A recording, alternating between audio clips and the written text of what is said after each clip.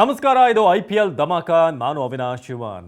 ನಿನ್ನೆ ಎಂಥ ಒಂದು ಅದ್ಭುತವಾದಂಥ ಮ್ಯಾಚನ್ನು ನೀವೆಲ್ಲರೂ ಕೂಡ ವಿಟ್ನೆಸ್ ಮಾಡಿದ್ರಿ. ಒಂದು ವೇಳೆ ನೀವು ಈ ಮ್ಯಾಚನ್ನು ನೋಡಿಲ್ಲ, ಯಾಕಂದರೆ ಅನಿಸಿರುತ್ತೆ ನಿಮಗೆ 5 ವಿಕೆಟ್ ಹೋದಾಗ ಡೆಲ್ಲಿ ಅವರು ಹೊಡಿತಾರಾ, ಮೇ ಬಿ ರನ್ ರೇಟಿಗೆ ಸ್ವಲ್ಪ ಟ್ರೈ ಮಾಡ್ಬೋದು, ಹತ್ತಿರಕ್ಕೆ ಬರ್ಬೋದು ಅಂತ. ಭಾಳಷ್ಟು ಮಂದಿ TV ಸ್ವಿಚ್ ಆಫ್ ಮಾಡಿ ಮಲಗಿರ್ತೀರ, ನನಗೆ 100% ಗೊತ್ತು.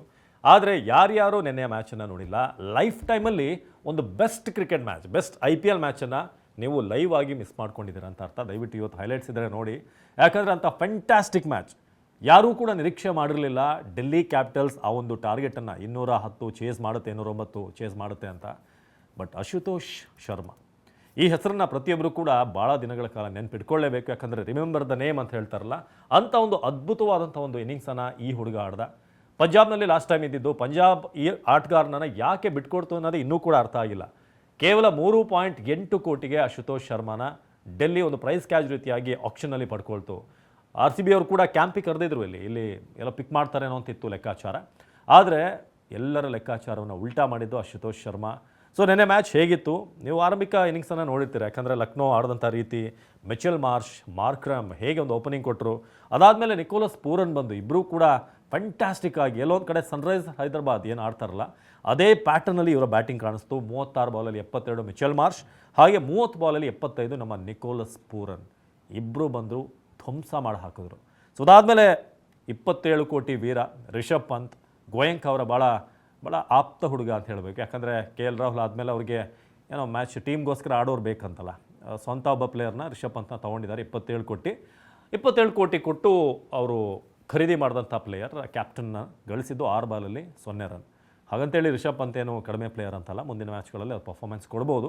ಬಟ್ ಆರಂಭ ಆಗಿದ್ದು ಹೀಗೆ, ಈ ಥರ ಶುರುವಾಯಿತು. 27 ಕೋಟಿ ಆಟಗಾರ 6 ಬಾಲಲ್ಲಿ ಡಕ್ಔಟ್ ಆಗಿ ರಿಷಬ್ ಪಂತ್ ಔಟ್ ಆಗಿ ಹೋದರು. ಸೊ ಅದಾದಮೇಲೆ ಎಲ್ಲಿ ಮಿಚೆಲ್ ಮಾರ್ಷ್ ಮತ್ತು ಪೂರನ್ ಔಟ್ ಆದ್ರಲ್ಲ, ಅಲ್ಲಿಂದ ಕೊಲ್ಯಾಪ್ ಶುರುವಾಯಿತು. ಬಂದಂಥ ಯಾವ ಪ್ಲೇಯರ್ ಕೂಡ, ಮಿಲ್ಲರ್ ಸ್ವಲ್ಪ ಟ್ರೈ ಮಾಡಿದ್ರು, 19 ಬಾಲ್ 27, ಆಯುಷ್ ಬದೋನಿ 4, ಶಾರ್ದುಲ್ ಠಾಕರ್ 0, ಶಾಬಾಸ್ 9 ಕಳಿಸಿದ್ರು. ಸೊ ಓವರಾಲ್ ಒಂದು 240 ಆಗಬೇಕಾಗಿದ್ದಂಥ ಒಂದು ಸ್ಕೋರ್ ಅದು. ಆದರೆ ಕೇವಲ 209ಕ್ಕೆ 8 ವಿಕೆಟ್ ಕಳ್ಕೊಂಡು 20 ಓವರ್ ಮುಗೀತು. 209 ಅಂದಾಗ 200 ಯಾವಾಗ ಸ್ಕೋರ್ ಬೋರ್ಡ್ನಲ್ಲಿ ಕ್ರಾಸ್ ಆಗುತ್ತೆ, ಒಂದು ಪ್ರೆಷರ್ ಇರುತ್ತೆ, ಸೈಕಲಾಜಿಕಲ್ ಪ್ರೆಷರ್ ಇದ್ದೇ ಇರುತ್ತೆ, ಹೇಗೆ ಅದನ್ನು ನಾವು ಪ್ಲ್ಯಾನ್ ಮಾಡಬೇಕು ಚೇಸ್ ಮಾಡೋಕ್ಕೆ ಅಂತ. ಬಟ್ ಇತ್ತೀಚಿನ ದಿನಗಳಲ್ಲಿ 200 ಅನ್ನೋದೇನು ದೊಡ್ಡ ಟಾರ್ಗೆಟ್ ಅಂತ ಏನೂ ಅಲ್ಲ. 250 ಹೊಡೆದ್ರೂ ಕೂಡ ಚೇಸ್ ಮಾಡುವಂಥ ರೀತಿಯಾಗಿ ಪಿಚ್ಗಳು ರೆಡಿ ಆಗುತ್ತೆ ಈಗ. ಆದರೆ 200+ ಅಂತಂದಾಗ ಒಂದು ಇರುತ್ತೆ ಪ್ಲ್ಯಾನಿಂಗ್, ಹೇಗೆ ಸ್ವಲ್ಪ ಏನಾದರೂ ನಾವು ಪವರ್ ಪ್ಲೇನಲ್ಲಿ ಎಡವಿದ್ರೂ ಕೂಡ ತೊಂದರೆ ಆಗುತ್ತೆ ಅಂತ. ಸೊ ಅದಾದಮೇಲೆ ಬ್ಯಾಟಿಂಗ್ ಆರಂಭ ಮಾಡಿದ್ದು ಡೆಲ್ಲಿಗೆ ಫಸ್ಟಿಗೆ ಒಂದು ಆಘಾತ ಎದುರಾಗುತ್ತೆ. ಫಸ್ಟ್ ಓವರಲ್ಲೇ ಶಾರ್ದುಲ್ ಠಾಕೂರ್ ಬಗ್ಗೆ ಹೇಳಲೇಬೇಕು. ಎಂಥ ಒಂದು comeback story. Shardul Thakur unsold ಆಗಿದ್ದರು. ಅದಾದಮೇಲೆ ಮೊಹಸಿನ್ ಖಾನ್ ಇಂಜುರಿ ಆಗಿ ಶಾರ್ದುಲ್ ಪಿಕ್ ಆಗ್ತಾರೆ ರೀಪ್ಲೇಸ್ಮೆಂಟ್ ಆಗಿ. ಬಂದ ಫಸ್ಟ್ ಓವರಲ್ಲೇ 2 ವಿಕೆಟ್. ಆ ಮೂಲಕ ನನ್ನನ್ನು ಅನ್ಸೋಲ್ಡ್ ಮಾಡಿದ್ರು, ಅಥವಾ ಯಾರೂ ಪಿಕ್ ಮಾಡಿಲ್ಲ, ನಾನು ತಾಕತ್ತಿದ್ದು ಅಂತ ತೋರಿಸಿದ್ರು. 2 ವಿಕೆಟನ್ನು ಪಡೆದ್ರು. ಒಂದು ಮೆಕ್ಕುರ್ಕ್ ಬೇಕಾಗಿತ್ತು ಅವ್ರಿಗೆ, ಯಾಕಂದರೆ ಆ ಹುಡುಗ 30 ಬಾಲಲ್ಲಿ 80 ರನ್ ಹೊಡಿಬೇಕಾದಂಥ, 27 ಬಾಲಲ್ಲಿ 80 ಹೊಡೆದಂಥ ಹುಡುಗ ಲಾಸ್ಟ್ ಟೈಮ್. ಹಾಗಾಗಿ ಇಂಥ ಒಂದು 200 ಚೇಸ್ ಮಾಡಬೇಕಾದ್ರೆ ಮೆಕ್ಕುರ್ಕ್ ಬೇಕಾಗಿತ್ತು. ಬಟ್ ಒಂದೇ ರನ್ ಗಳಿಸಿ ಅವರು ಔಟ್ ಆಗ್ತಾರೆ. ಸೊ ಅದರ ಬೆನ್ನಲ್ಲೇ ಅಭಿಷೇಕ್ ಪೊರೆಲ್ ಅವರು ಕೂಡ ವಿಕೆಟ್ ಕೀಪರ್, ಬ್ಯಾಟ್ಸ್ಮನ್, ಅವರು ಡಕ್ಔಟ್ ಆಗ್ತಾರೆ ಠಾಕೂರ್ಗೆ. ಅದಾದಮೇಲೆ ಡುಪ್ಲೆಸಿ ಹಾಗೆ ಅಕ್ಷರ್ ಪಟೇಲ್, ಸಮೀರ್ ರಿಜ್ವಿ ಕೂಡ 4 ರನ್ ಗಳಿಸಿ ಔಟ್ ಆಗ್ತಾರೆ. ಅಲ್ಲಿಗೆ ಒಂದು ದೊಡ್ಡ ಟೆನ್ಷನ್ನಲ್ಲಿರುತ್ತೆ. ಯಾಕಂದರೆ ನೋಡಿ, ಇಲ್ಲಿ 7 ರನ್ನಿಗೆ 3 ವಿಕೆಟ್ 2 ಓವರಲ್ಲಿ 210 ಚೇಸ್ ಮಾಡಬೇಕಾದ್ರೆ ಇದೊಂದು ದೊಡ್ಡ ನಿಮಗೆ ಸೆಟ್ ಬ್ಯಾಕ್ ಇದು. ಆದರೂ ಕೂಡ ಫಾಫ್ ಡುಪ್ಲೆಸಿ ಅವರ ಎಕ್ಸ್ಪೀರಿಯನ್ಸ್, ನಮ್ಮ RCBಯ ಮಾಜಿ ಕ್ಯಾಪ್ಟನ್, ಅವರ ಜೊತೆಗೆ ಅಕ್ಷರ್ ಪಟೇಲ್ ಅಲ್ಲಿನ ಹಾಲಿ ಕ್ಯಾಪ್ಟನ್, ಇಬ್ಬರು ಕೂಡ ಕ್ಯಾಪ್ಟನ್, ವೈಸ್ ಕ್ಯಾಪ್ಟನ್ DCಗೆ ಒಂದು ಸ್ಟೆಬಿಲೈಸ್ ಮಾಡುವಂಥ ಕೆಲಸವನ್ನು ಮಾಡ್ತಾರೆ. ಸೊ ಅದಾದಮೇಲೆ ಸ್ಕೋರ್ ನಿಧಾನವಾಗಿ ರನ್ ರೇಟ್ ಎಲ್ಲೂ ಕೂಡ ಕೆಳಗೆ ಇಳಿಯೋದಕ್ಕೆ ಬಿಡೋದೇ ಇಲ್ಲ. ಇಬ್ಬರು ಕೂಡ ಅವ್ರು ಔಟ್ ಆದಾಗಲೂ ಕೂಡ ನೋಡಿ, ನಿಮಗೆ ಸ್ಕೋರ್ ಹೇಳಬೇಕು ಅಂತಂದರೆ ಅಕ್ಷರ್ ಪಟೇಲ್ ಔಟ್ ಆದಾಗ 50 ರನ್ನಿಗೆ 4 ವಿಕೆಟ್, 5.3 ಓವರಲ್ಲಿ 50 ರನ್ 4 ವಿಕೆಟ್. ಡುಪ್ಲೆಸಿ ಔಟ್ ಆದಾಗಲೂ ಕೂಡ 6.4 ಓವರ್ 65 ರನ್ನಿಗೆ 5 ವಿಕೆಟ್. ಸೊ 5 ವಿಕೆಟ್ ಹೋದ್ಮೇಲೆ ಯಾರು ನಿರೀಕ್ಷೆ ಮಾಡೋಕ್ಕೆ ಸಾಧ್ಯ 210 ಚೇಸ್ ಮಾಡ್ತಾರೆ ಅಂತ? ಅದು ನಿನ್ನೆ ಆಯಿತು. ಆಮೇಲೆ ಆಗಿದ್ದು ಮಿರಾಕಲ್ ಬಿಡಿ. ಅದ್ರ ಬೆನ್ನಲ್ಲೇ ಸ್ಟಬ್ಸ್ ಬರ್ತಾರೆ. ಸ್ಟಬ್ಸ್ ಬಂದು ಸ್ವಲ್ಪ ಒಂದಷ್ಟು ಸ್ಫೋಟಕ ಬ್ಯಾಟಿಂಗ್ ಮಾಡ್ತಾರೆ, ರನ್ ರೇಟನ್ನು ಹೆಚ್ಚು ಮಾಡ್ತಾರೆ. 113 ತನಕ ಅವರು ಕೂಡ ಇದ್ದರು, ಸ್ಟಬ್ಸ್ ಕೂಡ ಇದ್ದರು. ಸೊ ಸ್ಟಬ್ಸ್ ಔಟ್ ಆದಾಗ ಅನಿಸ್ತು ಮುಗೀತು ಕತೆ. ಯಾಕಂದರೆ ಸ್ಟಬ್ಸ್ 34 ರನ್ ಗಳಿಸಿದ್ದು 22 ಬಾಲಲ್ಲಿ, ಒಂದು 3 ಸಿಕ್ಸು ಫ್ಯಾಂಟಾಸ್ಟಿಕ್ ಆಗಿ ಹೊಡೆದ್ರು. ಯಾವಾಗ ಸ್ಟಬ್ಸ್ ಔಟ್ ಆದ್ರಲ್ಲ 6 ವಿಕೆಟ್ ಹೋಯ್ತಲ್ಲ, 113 ರನ್ನಿಗೆ, ಎಕ್ಸಾಕ್ಟ್ಲಿ 113 ರನ್ನಿಗೆ 6 ವಿಕೆಟ್ 12.3 ಓವರ್ನಲ್ಲಿ. ಸೊ ಇನ್ನೂ ಕೂಡ ಅವ್ರಿಗೆ ಆಲ್ಮೋಸ್ಟ್ ಒಂದು ಹಾರ್ಡ್ಲಿ 100 ರನ್ ಬೇಕು. ರೌಂಡ್ ಫಿಗರ್ ನಾನು ಹೇಳ್ತಿರೋದು 100 ರನ್, 97 ರನ್ ಬೇಕಾಗಿತ್ತು. ಕೊನೆಯ 7 ಓವರಲ್ಲಿ 97 ರನ್ ಬೇಕಾಗಿತ್ತು. 6 ವಿಕೆಟ್ ಹೋಗಿದೆ. ಯಾರ್ಯಾದರೂ ಕೂಡ ಟಿ ವಿ ಸ್ವಿಚ್ ಆಫ್ ಮಾಡಿ ಮಲಗ್ತಾರೆ. ಯಾಕಂದರೆ ಇನ್ನೂ ಸಾಧ್ಯ ಇಲ್ಲ ಗುರು. ಯಾಕಂದರೆ ಸ್ಟ್ರೈಕಲ್ಲಿ ಇದ್ದಿದ್ದು ಒಂದು ಅಶುತೋಷ್ ಶರ್ಮಾ, ಜಾಯ್ನ್ ಆಗಿದ್ದು ವಿಪ್ರಾಜ್ ನಿಗಮ್ ಅನ್ನೋ ಹೊಸ ಹುಡುಗ. ವಿಪ್ರಾಜ್ ಬಗ್ಗೆ ಯಾರಿಗೂ ಕೂಡ ಗೊತ್ತೇ ಇರಲಿಲ್ಲ. ಆದರೆ ನಾನು ಒಂದಷ್ಟು ಈ UP T20 ಫಾಲೋ ಮಾಡಿದ್ದೆ. ಆ ಕಾರಣಕ್ಕೆ ವಿಪ್ರಾಜ್ ಯಾರು ಅನ್ನೋ ಒಂದು ಐಡಿಯಾ ಇತ್ತು. ಮೂಲತಃ ಈತ ಬ್ಯಾಟ್ಸ್ಮನ್ ಆಗಿ ಶುರು ಮಾಡಿದ್ದು, ಅದಾದಮೇಲೆ ಲೆಗ್ ಸ್ಪಿನ್ ಬೌಲಿಂಗ್ ಕೂಡ ಶುರು ಮಾಡಿದ್ರು.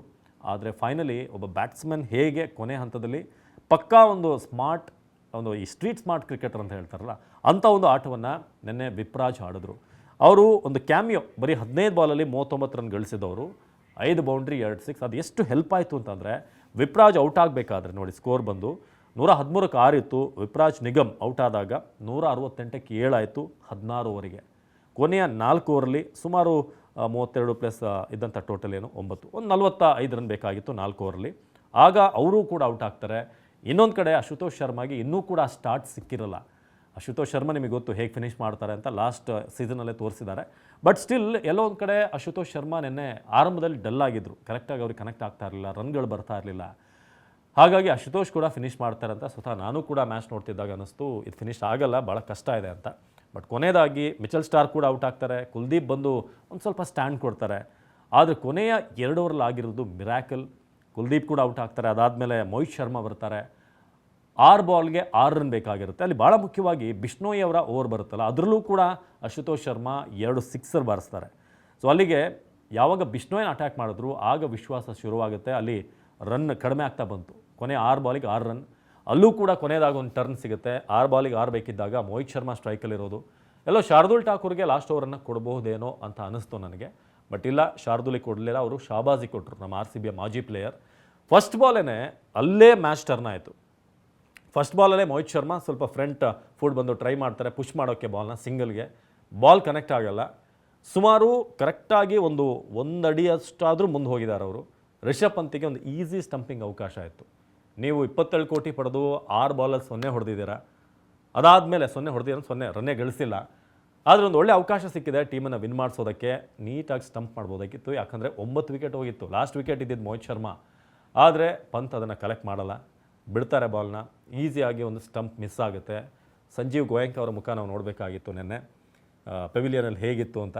ಸೊ ಅದಾದಮೇಲೆ ಆ ಒಂದು ನೆಕ್ಸ್ಟ್ ಬಾಲಲ್ಲೇ ಮೋಹಿತ್ ಶರ್ಮಾ ಒಂದು ಸಿಂಗಲನ್ನು ಪಡಿತಾರೆ. ಅಲ್ಲಿಂದ ಮುಂದೆ ಒಂದು ಜಸ್ಟ್ ಒಂದು ಪುಷ್ ಮಾಡಿ ಸಿಂಗಲ್ ಬರುತ್ತೆ. ಅದಾದಮೇಲೆ ಆಫ್ ಲೆಗ್ ಸೈಡಿಗೆ ಕಳಿಸ್ತಾರೆ ಗ್ಲೈಡ್ ಮಾಡಿ. ಆಮೇಲೆ ಅಶುತೋಷ್ ಶರ್ಮಾ ಬರ್ತಾರೆ. 4 ಬಾಲಿಗೆ 5 ರನ್. ಅಶುತೋಷ್ ಶರ್ಮಾ ಆ ಆ್ಯಟಿಟ್ಯೂಡ್ ನಾವು ನೋಡಬೇಕಾಗಿತ್ತು. ಎಲ್ಲೂ ಕೂಡ ಅವ್ರಿಗೆ ಟೆನ್ಷನ್ನೇ ಇರಲಿಲ್ಲ. 9 ವಿಕೆಟ್ ಹೋಗಿದೆ, 1 ವಿಕೆಟ್ ಮಾತ್ರ ಇರೋದು, ನಾನು ಔಟ್ ಆದರೆ ಮುಗೀತು.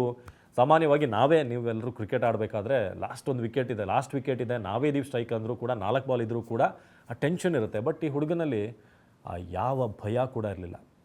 ಧೋನಿ ಆಡಬೇಕಾದ್ರೂ ಕೂಡ ಅವ್ರು ಸುಮ್ಮನೆ ಸೈಲೆಂಟ್ ಆಗಿರ್ತಾರಲ್ಲ, ಕಾಮ್ ಆಗಿರ್ತಾರೆ, ಏನು ಮೈಂಡಲ್ಲಿ ಏನು ಓಡುತ್ತೆ ಅಂತ ಗೊತ್ತಾಗಲ್ಲ. ಬಟ್ ಈ ವ್ಯಕ್ತಿ ಚಿಲ್ಲಾಗಿದ್ದ, ತುಂಬ ಆರಾಮಾಗಿ ನಾನು ಹೊಡೆದು ಮುಗಿಸ್ತೀನಿ ಅಂತ. ಅದಾದಮೇಲೆ ಒಂದು straight lofted shot mid on ಮತ್ತು ಲಾಂಗ್ ಆಫ್ ನಡುವೆ ಸೀದಾ ಸೈಡ್ ಸ್ಕ್ರೀನ್ ಹತ್ರ ಬಂದು ಬೀಳುತ್ತೆ. ಅದಾದಮೇಲೆ ಕೆವಿನ್ ಪೀಟರ್ಸನ್ಗೆ ತೋರಿಸ್ತಾರೆ, ಈ ಥರ ಸ್ವಿಚ್ ಈ ಥರ ಮಾಡೋದು ತೋರಿಸಿ, ನಿಮಗೆ ಈ ಗೆಲುವು ಸಮರ್ಪಣೆ ಅಂತ. ಅದ್ಭುತವಾದಂಥ ಇನ್ನಿಂಗ್ಸ್. ಅಶುತೋಷ್ ಶರ್ಮಾ ಅಂತೂ ಇಂಡಿಯಾ ಟೀಮಿಗೆ ಬರಬೇಕಾದಂಥ ಒಬ್ಬ ಪ್ಲೇಯರ್. ಅಂಥ ಫಿಯರ್ಲೆಸ್ ಕ್ರಿಕೆಟರ್, ಕಾಮ್ ಮೈಂಡ್ ಇದೆ, ಟೆನ್ಷನ್ ಇಲ್ಲದೆ ಆಡ್ತಾರೆ. ಜೊತೆಗೆ ಈ ಮ್ಯಾನ್ ಆಫ್ ದ ಮ್ಯಾಚ್ ಗಳಿಸಿದ ಮೇಲೂ ಕೂಡ ಅವರು ಶಿಖರ್ ಧವನ್ಗೆ ಅದನ್ನು ಡೆಡಿಕೇಟ್ ಮಾಡ್ತಾರೆ.